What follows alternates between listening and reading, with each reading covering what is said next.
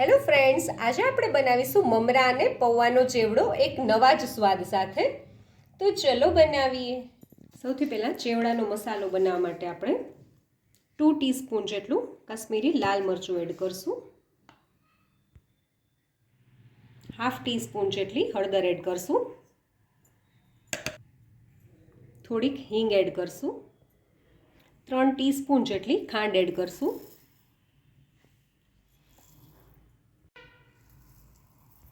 1/2 teaspoon જેટલું સંચળ add કરશું.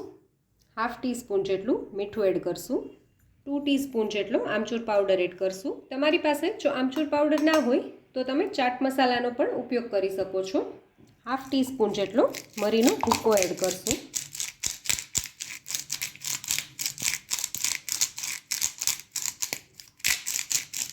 હવે આપણે આ બધું ગ્રાઇન્ડ કરી લઈએ.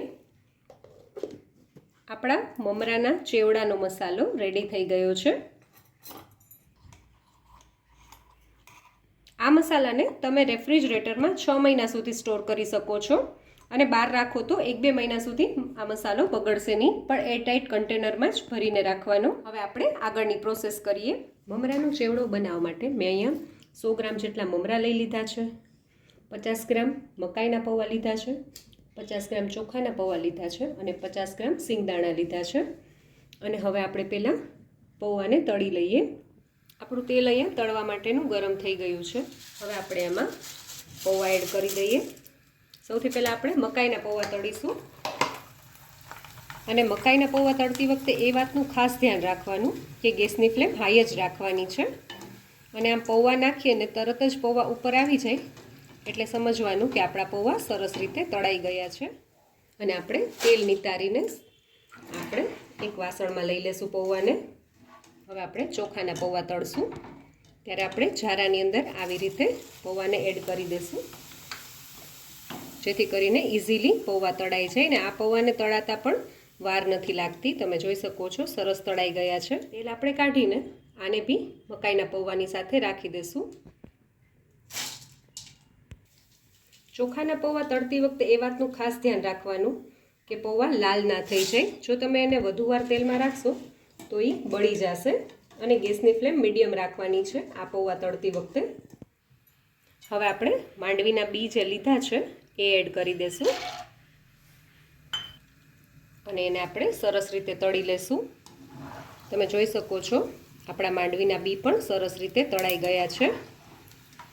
હવે માંડવીના બીને પણ આપણે પૌવાની સાથે લઈ લેશું.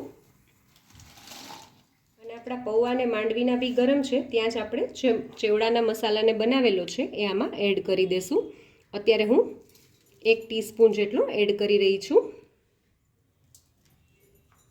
અને હવે આપણે બધું સરસ રીતે પહેલાં મિક્સ કરી લઈશું. તમે જોઈ શકો છો આપણો મસાલો સરસ રીતે પૌવામાં અને માંડવીના બીમાં મિક્સ થઈ ગયો છે.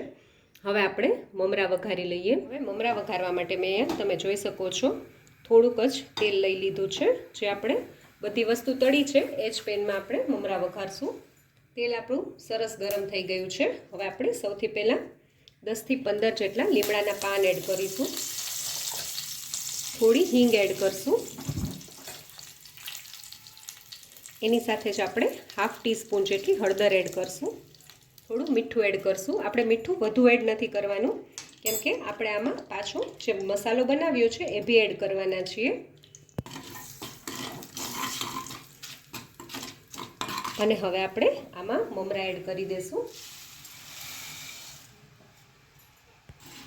અને હવે બધું સરસ રીતે મિક્સ કરી લેશું. તમે જોઈ શકો છો આપણા મમરા સરસ રીતે હળદર મીઠાથી કોટ થઈ ગયા છે. અને આવી રીતે એક મમરો લઈને જોઈએ તો સરસ ભૂકો થઈ ગયો છે.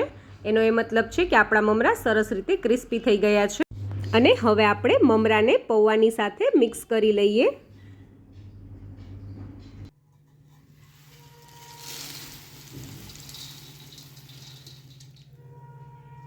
હવે મમરાની સાથે આપણે 50 ગ્રામ જેટલી જે બેસનની સેવ આવે એ આમાં એડ કરી દઈશું.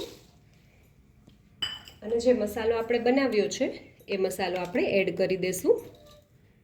અત્યારે હું 2 ટીસ્પૂન જેટલો મસાલો એડ કરી રહી છું. અને હવે આપણે બધું સરસ રીતે મિક્સ કરી લેશું.